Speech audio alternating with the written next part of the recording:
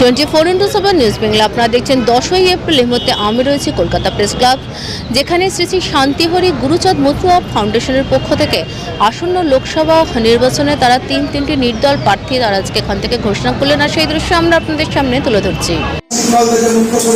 যারা শহীদ হয়েছিলেন, যারা লড়াই করেছিলেন, যারা সংগ্রাম করেছিলেন, দেশভাগের কারণে তারা কাঁটাতারের উপরে পড়ে গেল। আজকে সেই অংশের মানুষ যখন পূর্ব পাকিস্তান এবং বর্তমান বাংলাদেশে বসবাস করতে পারছে না, তারা পরিবারের সম্মান, সন্তান সন্ততির সম্মান, জীবন বাঁচাবার জন্য যখন কাঁটাতার পেরিয়ে এদেশে এসেছেন, এদেশে বসবাস করছেন, তাদের ভোটার কার্ড, রেশন কার্ড, আধার কার্ড সমস্ত কিছু থাকা সত্ত্বেও দীর্ঘ ৭৭ বছর পরে আজকে তাদেরকে ভারতবর্ষে বেনাগরিক হিসাবে ঘোষণা করা হচ্ছে।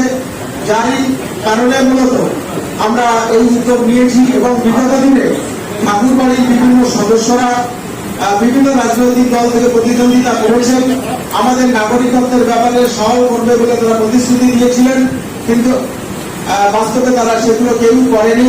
তারা ওই দলে ঢুকে ওই দলের দলদাসে পরিণত হয়েছে, তাদের অর্থ সম্পত্তি বাড়ি গাড়ি তৈরি হয়েছে, কিন্তু মতুয়াদের নাগরিকত্বের কোনো সুরাহ হয়নি।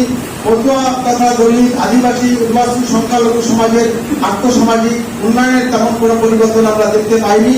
তাই আমরা মনে করি বাবা সাহেব গুরুচাঁদ ঠাকুর যেটা বলেছিলেন যে ক্ষমতার মন্দির দখল করতে হবে, ওই মন্দিরে নিজেদের নিজস্ব প্রতিনিধি আমরা যদি না পাঠাতে পারি তাহলে আমাদের এই সমস্যা, এই দুঃখ কষ্ট যন্ত্রণার অবসান করবে না। তাই শ্রী শ্রী শান্তিহরি গুরুচাঁদ মতুয়া ফাউন্ডেশন এবং মতুয়া সমাজের পক্ষ থেকে এই সার্বিক অংশের মানুষের সামগ্রিক কল্যাণ অধিকার প্রতিষ্ঠার জন্য আমাদের এই উদ্যোগ। এবং আপনারা দেখছেন সারা দেশ জুড়ে এবং রাজ্য জুড়ে যেভাবে বেকারত্ব বাড়ছে, দ্রব্যমূল্যের জিনিসপত্রের দাম। শ্রী শ্রী শান্তিহরি গুরুচাঁদ মতুয়া ফাউন্ডেশন ও মতুয়া সমাজের পক্ষ থেকে কলকাতা প্রেস ক্লাবে আনুষ্ঠানিকভাবে আয়োজিত সাংবাদিক সম্মেলনের মধ্য দিয়ে তারা আসন্ন লোকসভা নির্বাচনে নির্দল প্রার্থী রূপে লোকসভার 3টি কেন্দ্রে প্রার্থীর নাম ঘোষণা করল। বনগাঁ থেকে সুমিতা পোদ্দার, কৃষ্ণনগর থেকে সঞ্জিত বিশ্বাস, বারাসাত থেকে সাইফুদ্দিন মণ্ডল।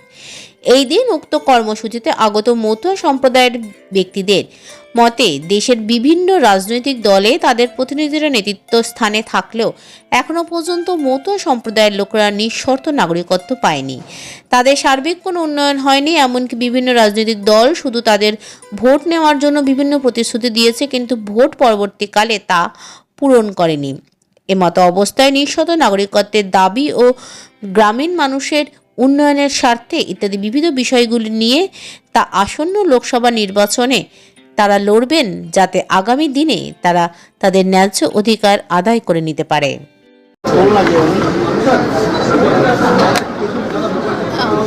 ছোটবেলা থেকে আমি তো একটা মতুয়া ঘরের সন্তান।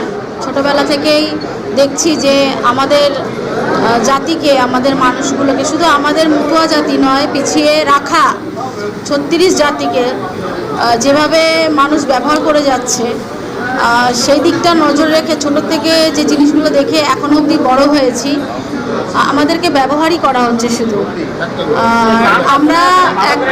আমরা যাকে রাজা বলে একটা জায়গা দিয়েছিলাম যে আমাদের জাতির উদ্ধার হবে, কিন্তু সেই জায়গাটা হয়নি, তারা পদভ্রষ্ট হয়েছে। এবং আমাদের জাতির জন্য এবং পিছিয়ে পড়া 36 জাতি, যেটা আমার গুরুচাঁদ ঠাকুর, আমার হরিচাঁদ ঠাকুর চেয়েছিলেন যে জাতির বা তাদের উদ্ধার করবেন, যে জাতির দল নেই সে জাতির বল নেই, যে জাতির রাজা নেই সে জাতির তাজা নেই। তো এই বাক্যটাই আর এই কথাটাই আর এই আদর্শটাই আমরা মেনে নিয়ে আমরা এখন নিজেরাই প্রার্থী দিয়ে বা প্রার্থী হয়ে নিজেদের লড়াইটা নিজেরাই দেব, এটাই আমাদের ইচ্ছা এবং এই জন্যই আমাদের এই জায়গাতে আজকে আসা।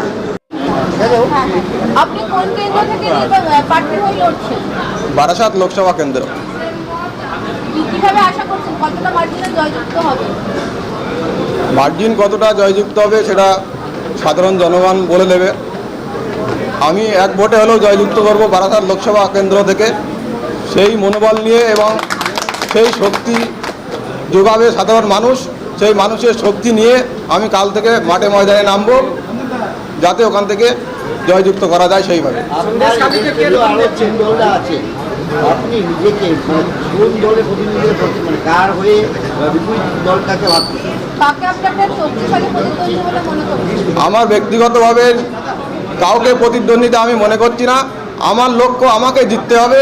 কে এগিয়ে গেল, কে পিছিয়ে গেল, কে প্রতিদ্বন্দ্বী, কে বেশি ভোটে পাবে, সেসব নিয়ে আমার কোনো চিন্তা নেই। আমাকে জিততে হবে, এটাই আমার মূল লক্ষ্য।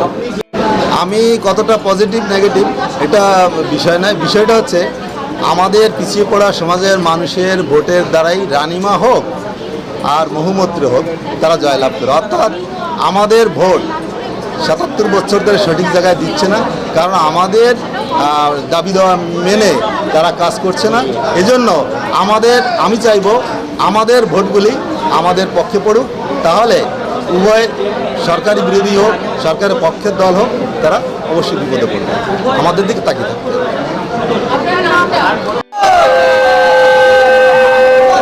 24x7 নিউজ বাংলার সঙ্গে থাকুন, সাথে থাকুন, দেখতে থাকুন সব খবরের জন্য চোখ রাখুন আমাদের চ্যানেলে।